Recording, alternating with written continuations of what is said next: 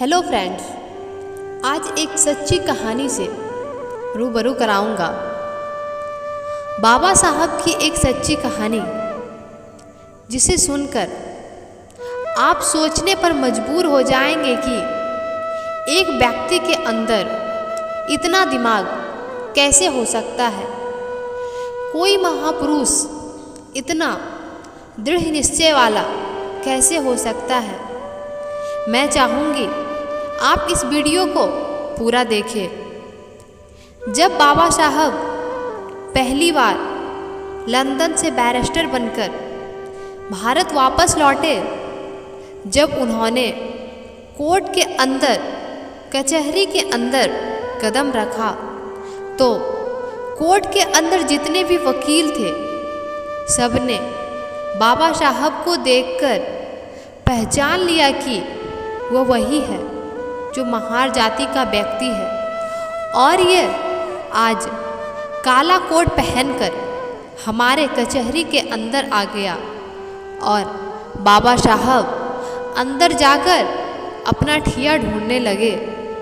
सबके पास अपना अपना ठिया होता है बैठने के लिए। जब बाबा साहब को कोई ठिया नहीं मिला और बाबा साहब ढूंढ रहे थे, तो जो दूसरे वकील थे उन्होंने बाबा साहब की ओर टोंट कसते हुए बोला, बाबा को चिढ़ाते हुए कहा, अबे ओ बैरिस्टर, तुम तो बहुत पढ़े लिखे विद्वान हो, तुम्हें क्या ज़रूरत है कचहरी के अंदर बैठने का।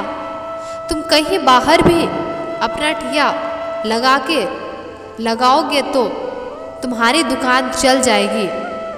लेकिन बाबा साहब ने उसकी उस टोंट मारने को गलत नहीं समझा। बाबा साहब ने उस बात को बुरा नहीं माना और मुस्कुराते हुए बोला, तुमने ठीक कहा।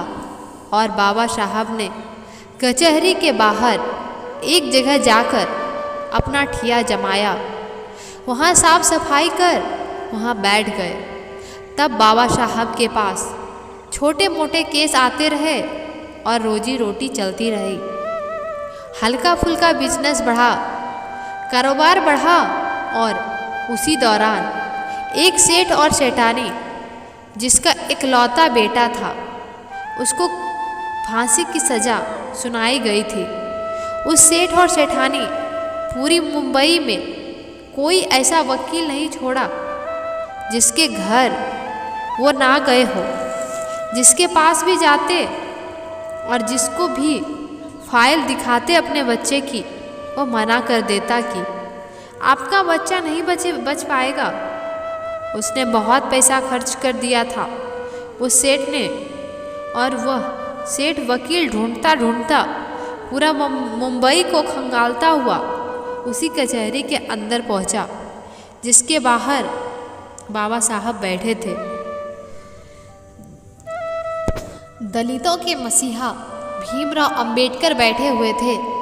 और जब उस कचहरी के अंदर उस सेठ अपने बच्चे की फाइल दिखाई, अपने इकलौते बेटे की फाइल को दिखाई, तो किसी भी वकील ने उसकी फाइल नहीं ली। सभी ने इनकार कर दिया और कहा, इसमें कुछ नहीं हो सकता, तुम्हारे बच्चे को कोई नहीं बचा सकता। उस सेठ ऐसे बड़े बड़े वकीलों को दिखाया जो कानून को अपना घर मानते थे, जो बोलते थे कानून तो हमारे मुट्ठी में है। ऐसे वकीलों को फाइल दिखाई, लेकिन सबने फाइल देखकर इनकार कर दिया।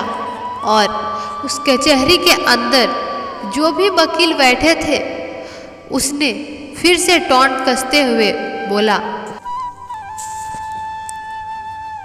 अरे सेठ, तुम्हारा केस वह लड़ेगा जो बाहर बैठा हुआ है, महार जाति का व्यक्ति। वह बहुत विद्वान है, वह बहुत पढ़ लिख कर आया है। वह बाबा साहब पर टोंट कस रहे थे, दलितों के मसीहा पर टोंट कस रहे थे, वह बाबा साहब को चिढ़ा रहे थे। सेठ मन से रो रहा था। उसे आशा की एक किरण चाहिए थी, बस क्योंकि उसका इकलौता बेटा जिंदगी और मौत में अटका हुआ था। और जब उस सेठ ने उस वकील की बात सुना तो सेठ उसकी बात मानकर वहीं बाबा साहब के पास पहुंच गया। बाबा साहब के चरणों में गिरकर कहा, हे बैरिस्टर, हे बाबा साहब, मेरे बच्चे को बचा लो।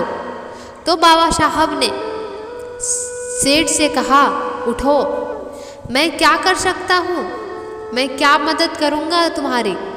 यह फाइल तुमने कितने ही वकीलों को दिखाया होगा, तुम वहीं जाओ, मैं क्या कर सकता हूँ, मैं तो महार जाति का हूँ, मैं नीच जाति से हूँ। तो सेठ आप बहुत बड़े वकीलों को दिखाओ। सेठ ने बाबा साहब की शक्ल देखकर कहा, नहीं, अगर मेरे बच्चे को कोई बचा सकता है तो बैरिस्टर आप हो, आप बचा सकते हो मेरे बच्चे को, वरना पूरी दुनिया की कोई ताकत मेरे बच्चे को नहीं बचा सकता। मैं आपका चेहरा देखकर बता रहा हूँ। बाबा साहब, आप मेरी बात मान लीजिए। हे बैरिस्टर, मेरी बात मान लीजिए।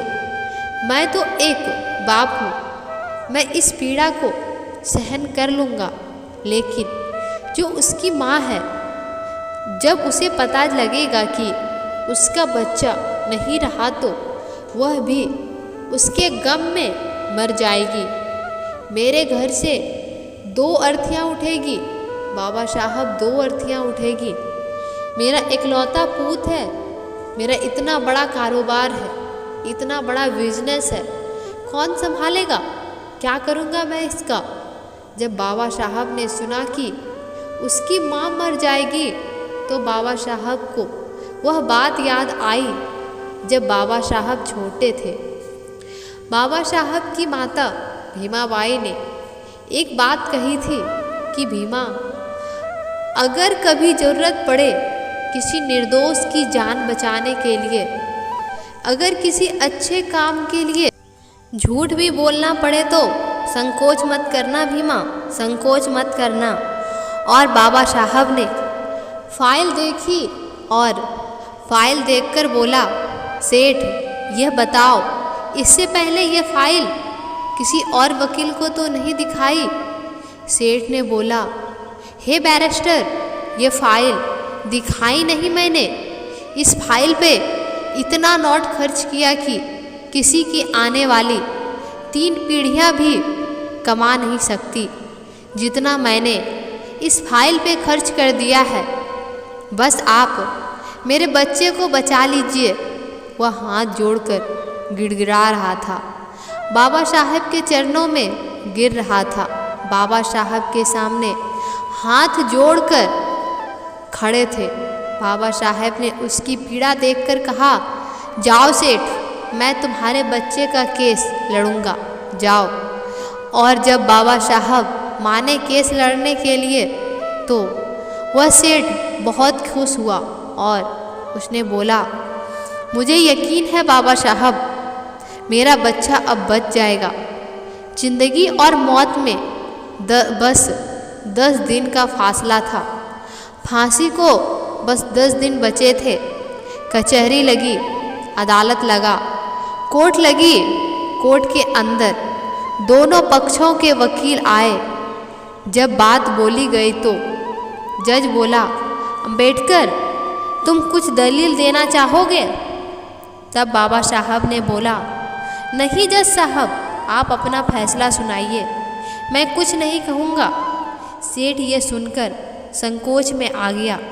वह सोच रहा था कि इसने बोला था मैं तेरे बच्चे को बचा लूँगा, लेकिन इसने तो कोर्ट में अपनी कोई दलील भी नहीं दे रहा है। बाबा साहब ने तो बोल दिया, नहीं जज साहब, आप फैसला सुनाओ। वह सेठ मन में कह रहा था, अंबेडकर, तुमने अच्छा नहीं किया। बैरिस्टर, मैंने बड़े आशा के साथ यह फाइल तुम्हारे पास लेकर आया था। मैंने तुम्हारे चेहरे को देखकर बता रहा था कि तुम मेरे बच्चे को बचा लोगे। और जब फांसी की सज़ा जज ने सुना दी और जब उस लड़के को फांसी की सज़ा देने के लिए लेके जा रहे थे और उसके गले में अभी फंदा डाला ही गया था कि तभी बाबा साहब ने कहा, बस आपने फांसी की सज़ा दी थी, आपने मौत की सज़ा नहीं दी थी। इस तरह उस लड़के की जान बच गई। देखिए उनका दिमाग ऐसे थे बाबा साहब भीमराव अंबेडकर। उसी दिन से यह कार्यवाही चली आ रही है कि सजाए मौत, यदि किसी की मौत की सज़ा देनी होती है तो सजाए मौत कहा जाता है। यह नहीं कहा जाता है कि फांसी की सज़ा। बाबा साहब ने कहा, बस आपने फांसी दी थी, मौत नहीं। और यह दिमाग देखकर बड़े बड़े बैरिस्टर व सभी वकील जो बाबा साहब पर टॉन्ट कसते थे, जो उन्हें नीच बताते थे, महार जाति के बताते थे, वो लोग चुप हो गए और हमारे बाबा साहब शेर की तरह उस बच्चे को छुड़ाकर उस माँ के पास ले गया। कहा, यह लो तुम्हारा बच्चा। इस तरह बाबा साहब ने उस निर्दोष की जान बचाई।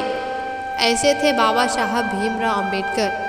और निचले जाति और महिलाओं मजदूरों को अच्छा जीवन देने के लिए बहुत कुछ सहा है, बहुत सारे संघर्ष लड़े हैं। वो मरते दम तक लोगों के भलाई के ही बारे में सोचते रहे। तो दोस्तों, कैसी लगी ये कहानी कमेंट कर ज़रूर बताएं। धन्यवाद फ्रेंड्स।